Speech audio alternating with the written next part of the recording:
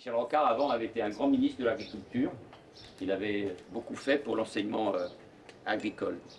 Et même si la Nouvelle-Calédonie passe par des moments difficiles, et je suis venu ici pour soutenir économiquement le territoire et pour faire en sorte que les élus, c'est leur responsabilité, trouvent le chemin du dialogue et qu'on construise l'avenir. Et cet avenir, il est d'abord pour vous, la jeunesse.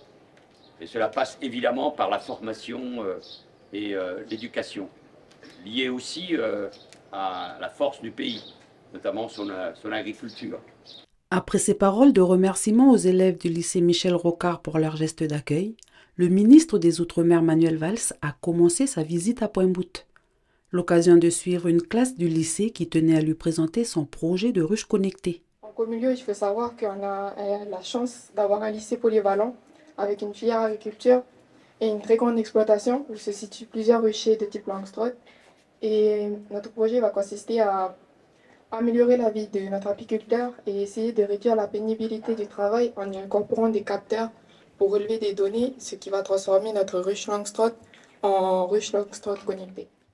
Le ministre d'État a ensuite fait le tour des infrastructures, puis échangé avec les élèves d'autres filières.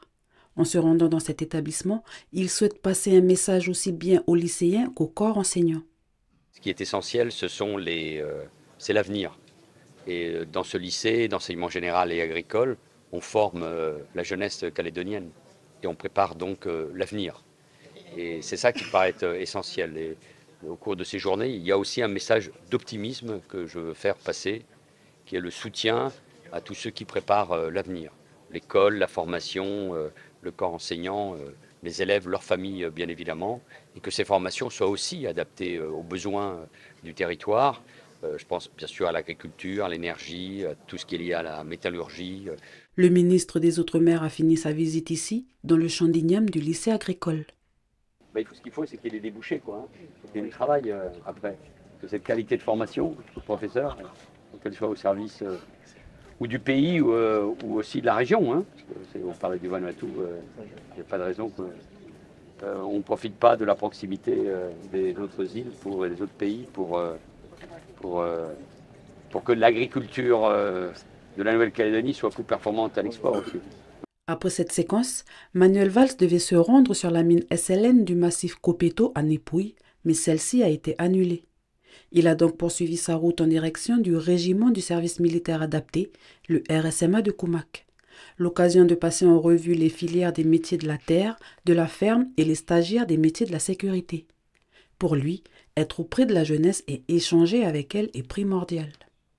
Il y a aussi un projet de deuxième lycée agricole qui avait été annoncé par le président de la République. Donc bon, on va travailler sur ces dossiers. La formation, la jeunesse, au fond, la grande leçon de ce qui s'est passé au mois de mai dernier, au-delà de la politique, c'est qu'il y a aussi une partie de la jeunesse qui ne va pas bien. Et donc on doit se préoccuper avant tout d'elle. Dans l'après-midi, le ministre des Outre-mer a pris la direction de la commune de Yengen. À la tribu de Tiendanit, il a rendu un hommage à Jean-Marie Tjibaou. De retour à Nouméa, il a achevé sa journée au cimetière du 4e kilomètre avec un hommage à Jacques Lafleur. Dans la soirée, Manuel Valls se dînera avec des jeunes Calédoniens. Place dès mercredi, à 2 jours de négociations avec les groupes politiques locaux. Monsieur le ministre des Outre-mer, Manuel Valls, bonjour. Bonjour. Nous nous trouvons au sein du régiment du service militaire adapté de Koumak, où vous venez tout juste de rencontrer les stagiaires et leurs formateurs. Vous étiez également au lycée Michel Rocard ce matin à Pointe-Boute. Une séquence jeunesse, c'était important pour vous? Oui, parce que je pense qu'au fond, c'est l'essentiel. Tout ce que nous devons faire pour la Nouvelle-Calédonie, et d'abord les élus, les acteurs économiques et sociaux, les entreprises, l'école, bien sûr, c'est pour la jeunesse de la Nouvelle-Calédonie. Et donc, être ici au SMA où on forme des jeunes, on les forme tout simplement à vivre, à se connaître, à préparer l'avenir, à passer leur permis de conduire, et puis on les forme à tous les métiers. Et puis au lycée Michel Rocard, c'était émouvant pour moi de se retrouver dans ce lycée Michel Rocard, lycée à la fois général et agricole, et j'ai vu vraiment des jeunes Calédoniens enthousiastes, se préparant à l'avenir. Et ça donne de la pêche, ça donne de l'envie, ça donne de l'optimisme. Nous réalisons cet entretien juste avant que vous vous rendiez à Yingen, à la tribu de Tiendanit, pour vous recueillir sur la tombe de Jean-Marie Tjibaou. Merci encore une fois de nous accorder ce temps. Monsieur le ministre, pour commencer, hier après-midi, vous avez présenté votre méthode pour arriver à un accord. Très concrètement, comment va-t-elle se traduire ou qu'engage-t-elle cette méthode pour les 2 prochains jours dédiés aux discussions institutionnelles? Moi, je suis heureux que hier, nous ayons pu réunir ensemble toutes les formations politiques représentées au Congrès de la Nouvelle-Calédonie autour de la même table. Ça n'était pas arrivé, je crois, depuis très longtemps. Et j'espère que demain, nous les retrouverons aussi tout ensemble pour commencer une vraie négociation. Au fond, ma méthode, elle est relativement simple. C'est celle que m'a demandé le Premier ministre, François Bayrou, c'est le dialogue. Et le dialogue pour bâtir un compromis.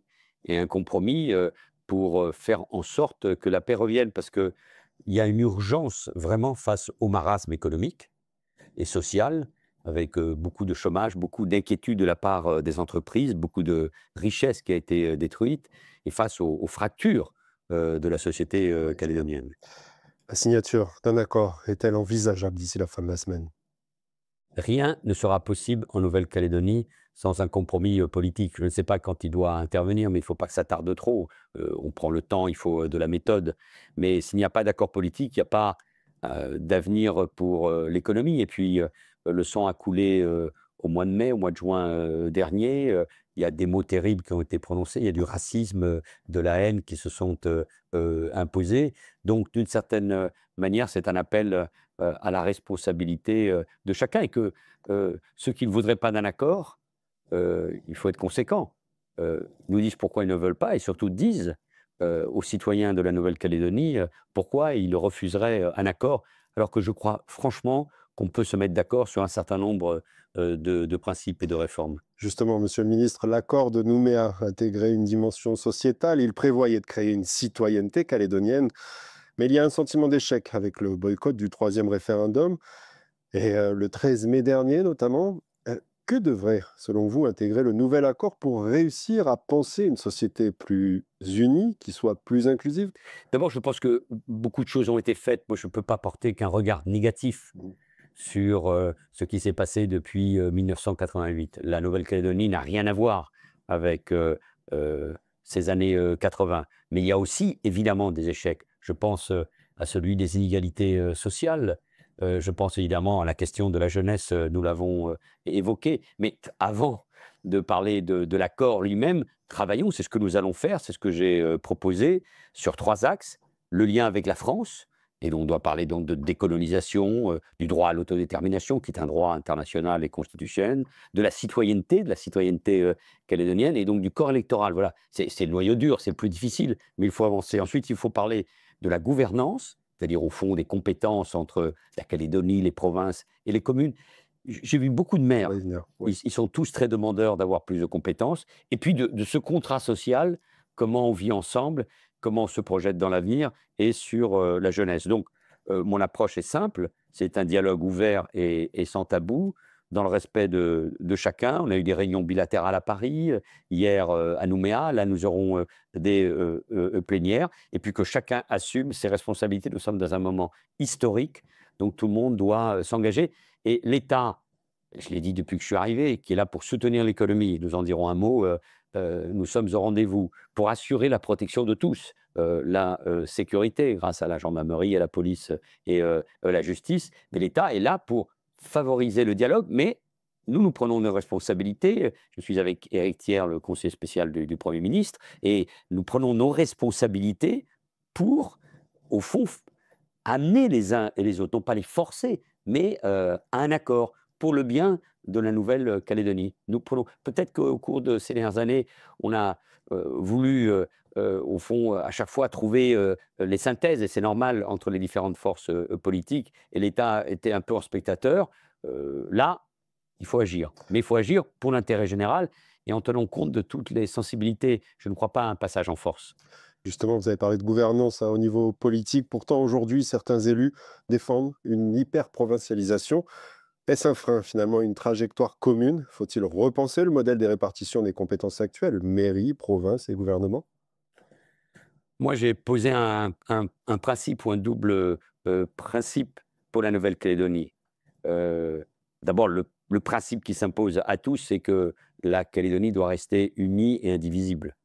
Euh, et puis ensuite, un deuxième principe, c'est celui de la solidarité. Et puis, au fond, il y a aussi une diversité, donc une différenciation. Les provinces ne font pas tout au même rythme et nous le savons. Et la province sud est tout particulièrement dynamique parce que c'est là où se concentre 75% de la population et la richesse. C'est pour ça qu'il faut de la solidarité avec les autres provinces. Donc moi, je suis ouvert et évidemment à une différenciation, à ce qu'il y ait plus de compétences pour les communes, pour la province sud, en matière de fiscalité, de développement économique. Avant, il faut redresser les finances publiques.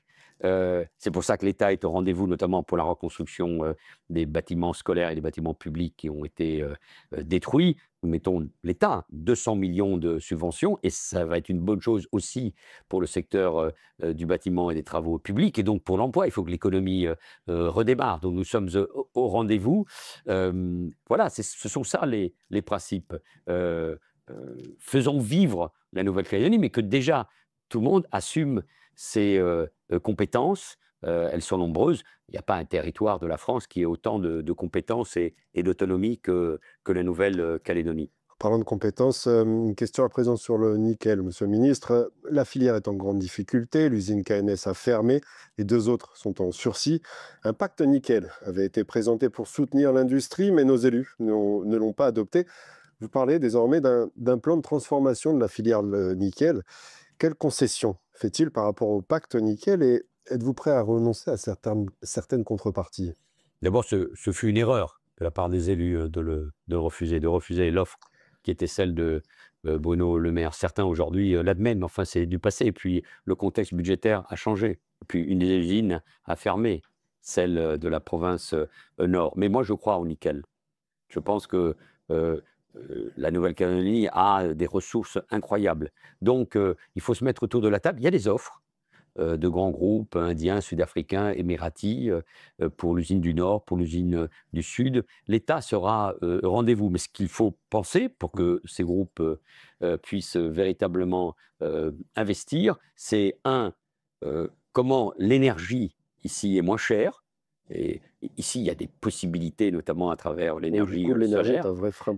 Ouais. C'est le grand sujet et la Calédonie doit totalement s'investir dans cette économie verte. Et donc ça, l'État et les grandes entreprises comme Total, EDF et bien d'autres sont évidemment au rendez-vous.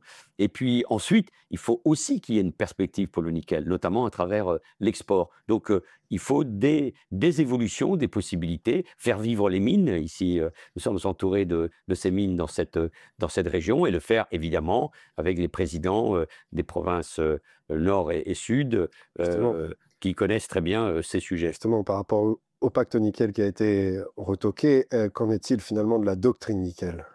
Mais cette doctrine, elle doit être pensée avec les élus, mais aussi avec les groupes qui veulent investir, et avec une idée. Le nickel, c'est stratégique. Pour la Nouvelle-Calédonie, pour son développement, pour son rayonnement dans cette région du Pacifique, mais aussi pour la France. On parle d'un minerai qui est stratégique. C'est au fond la meilleure démonstration du lien qui va rester entre la Nouvelle-Calédonie et la France. Mais il faut regarder aussi le monde tel qu'il est. C'est la concurrence. Donc, pour faire baisser les coûts, il faut une énergie pas chère. Et puis, il faut une politique d'exportation, en tout cas en grande partie, qui permette au nickel de se développer. Mais je vous donne mon avis. Nous y travaillons encore cette semaine. J'ai plusieurs réunions à ce sujet et j'espère que nous y arriverons. Mais ce que je veux dire aux acteurs de la filière nickel et aux Calédoniens, c'est que la France, l'État, le gouvernement seront présents pour aider, pour trouver des solutions. Je rappelle que l'État continue à subventionner cette filière, notamment sur une usine. C'est quoi, 350 millions d'euros par an. Donc, j'entends parfois dire l'État nous a abandonnés, l'État n'est pas là. Non, non, l'État est là, c'est 1,5 milliard d'euros tous les ans pour la Nouvelle-Calédonie. C'est 600 millions depuis les émeutes, les destructions du mois de mai dernier. Et c'est encore un État qui est rendez-vous avec 200 millions d'euros pour reconstruire les écoles. Et nous allons continuer à aider les filières agricoles, le tourisme, et notamment tous les entrepreneurs qui ont vu toutes ces destructions. Restons dans l'économie. À l'heure de la reconstruction, quels écueils éviter? Maintenir une économie de comptoir, de défiscalisation et des exonérations ne risque-t-il pas d'entretenir la vie chère? C'est une excellente question. L'aide qu'apporte l'État aux collectivités comme aux entreprises doit avoir son corollaire, des réformes. Et je pense notamment à celle de la fiscalité.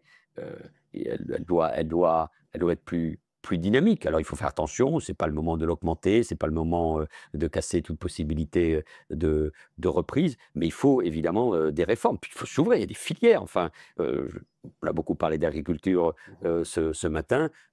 La Nouvelle-Calédonie devrait de nouveau retrouver une souveraineté alimentaire grâce notamment à la région. Le tourisme, 5% seulement du produit intérieur brut. Alors aujourd'hui, l'image de la Nouvelle-Calédonie n'est pas très bonne, ce n'est pas le moment de faire une campagne touristique, mais il y a des possibilités incroyables entre la mer, la montagne, les gîtes, la culture, et notamment la culture kanak. Il y a des possibilités incroyables qui existent. Il faut ouvrir l'économie. On parlait de l'énergie. Donc oui, vous avez raison, il faut sortir d'une économie de comptoir, s'ouvrir à la région, travailler avec l'ensemble des pays de la zone Pacifique. Il y a de grandes opportunités et c'est le moment plus que jamais que les élus et les acteurs économiques prennent leurs responsabilités. Monsieur le ministre, et ce sera notre dernière question rapidement. Vous dites être à la hauteur du moment, chacun doit faire un pas vers l'autre, une semaine décisive donc. Mais certains de nos politiques vont à bas coût, d'autres vous invectivent des méthodes peu républicaines. Notre classe politique est-elle à la hauteur de l'enjeu? Bon, je ne peux pas la juger, je ne peux pas la décrier. Vous savez, les responsables politiques sont tous très décriés. Chacun a le droit de penser ce qu'il veut, mais en revanche, être complice d'un État, l'Azerbaïdjan, proche de la Russie, qui joue contre les intérêts stratégiques de la France, ça c'est impossible. Nous ne laisserons pas passer. Et je l'ai dit, les élus qui se prêtent à ce jeu trouveront une réponse très déterminée du gouvernement de la France. Et à tous les autres, je leur dis, moi je leur tends la main, discutons ensemble, discutez entre vous. L'État est là pour aider et pour permettre cet accord politique, ce retour à la paix, empêcher la violence et donner à cette jeunesse, mais d'une manière générale à tous les Calédoniens, un avenir. Manuel Valls, ministre des Outre-mer, merci pour cet échange. Merci à vous. Et je tiens à remercier également le RSMA de Koumak pour nous avoir permis de réaliser cet entretien avec le ministre des Outre-mer. Et je remercie également l'équipe technique de Calédonia pour leur travail. Manuel Valls a rencontré hier soir les acteurs du monde économique. Durant son discours, le ministre des Outre-mer a annoncé 8 mesures de soutien à l'économie calédonienne, à commencer par la prolongation du financement du chômage partiel, un signal positif pour la CPME, Confédération des petites et moyennes entreprises. Donc on a eu la bonne surprise pour le chômage partiel qui a été prorogé jusqu'au 30 juin. C'est un panel de mesures qui va dans le bon sens en ce qui nous concerne. Bon, bien sûr, ça demande à être étudié et je pense que ce sera amendé au niveau du gouvernement de la Nouvelle-Calédonie. Autre mesure annoncée, une aide de 24 milliards pour reconstruire les 56 bâtiments publics, dont 16 écoles. Les établissements scolaires seront financés à hauteur de 100% et de 80% pour les autres. Manuel Valls a également annoncé une enveloppe supplémentaire d'1,8 milliard de francs pour le Fonds de solidarité aux entreprises, une aide au cas par cas mise en place au mois de juin l'année dernière. Elle est prolongée. Les entreprises ont jusqu'au 28 février pour la solliciter. Autre sujet abordé, les assurances. Le ministre a annoncé la mise en place d'une médiation au pays pour avancer les dossiers. Des discussions sont en cours avec France Assureur. L'État tente notamment de créer un mécanisme de réassurance du risque émeute.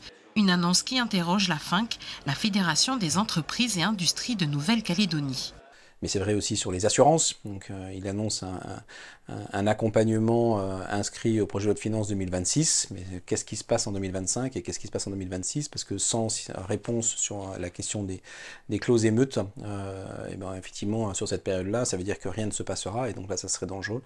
Manuel Valls a annoncé le maintien du financement des opérations inscrites au titre du contrat de développement 2017-2023. Autre mesure, la SOGEFOM, l'outil facilitant l'accès des petites et moyennes entreprises au crédit bancaire, reçoit une enveloppe supplémentaire de plus de 3 milliards de francs. Sur un autre aspect, pour aider les entreprises détruites, l'État souhaite adapter la mesure fiscale existante en la rendant la plus efficace par le biais d'une exonération fiscale ou d'une loi. Enfin, la mise en place rapide du prêt garanti par l'État de 120 milliards de francs au gouvernement de la Nouvelle-Calédonie. Le versement de la première tranche est prévu fin mars. Malgré l'annonce de ces mesures, certains acteurs disent rester sceptiques, comme le représentant de l'UTCFE-CGC. Il ne peut pas y avoir de stabilité économique s'il n'y a pas de stabilité politique, et il ne peut pas y avoir de stabilité politique s'il n'y a pas de stabilité économique. Donc je m'inscris complètement dans cette phrase. Donc on espère tous que les discussions qui vont être menées sur le reste de la semaine vont pouvoir apporter des réponses. Le ministre l'a martelé, ces mesures de soutien à l'économie calédonienne sont conditionnées à l'avancée des négociations politiques et aux réformes économiques demandées par l'État. Une semaine après la rentrée, les premiers mécontentements sont exprimés. Au centre scolaire de Thiès, les parents sont en colère. Changement de la direction ou encore stop à l'absentéisme du personnel sont inscrits sur les banderoles installées. Suite à une réunion qu'on a eue à la première rentrée avec à savoir le directeur, donc pour des classes surchargées, à savoir au collège, donc une classe au collège de la classe de 6e de 31 élèves, et la classe de 4e, à savoir la classe de 4e à 28 élèves. En l'attention de M. le directeur diocésain de l'enseignement catholique. Objet, demande urgente de visite du centre scolaire de Thiès. Si plusieurs points sont soulevés par l'association des parents d'élèves, le sureffectif des classes reste la plus grande préoccupation. Dans l'après-midi, une rencontre avec le directeur est organisée. Les parents demandent notamment l'ouverture d'une classe supplémentaire en 6e. Et voilà, si on doit travailler avec un effectif réduit, c'est parce qu'il y a un intérêt à travailler avec un effectif réduit. Déjà, là, en termes de sécurité, on est en cadre. Demain après-demain, il arrive un incendie, il y a une problématique, quelque chose comme ça. Mais en plus de ça, sur le fait de pouvoir avoir tous les enfants qui soient attentifs. Ils ont retiré les moyens qui étaient donnés pour des classes dans les autres établissements et ils ont donné à Thiès. Donc du coup, on a un complément d'horaire de 23 heures. Des premières pistes de solutions sont envisagées. Au collège, le directeur propose un dédoublement de la classe de 6e et en maternelle, une recomposition des doubles niveaux. Des mesures immédiates qui ne satisfont pas. Là, on parle de budget, comme quoi on a des restrictions budgétaires et tout. Mais au niveau de la province sud, je suis désolé, mais on fait encore des constructions de lycées, on fait encore des constructions d'établissements au niveau de la DEC. Et tous les établissements qui sont déjà en place, on ne prend pas le temps de les rénover ou de remettre en état tous les bâtiments qui sont là, qui sont déjà vétustes, qui voilà, plein de choses comme ça qui nous mettent colère aujourd'hui, quoi. Voilà. Contactée, la direction diocésaine de l'enseignement catholique affirme attendre les doléances des parents et déclare être en discussion avec ses partenaires dans le vice-rectorat. Le vice-rectorat qui reste l'autorité compétente en charge de dessiner la carte scolaire.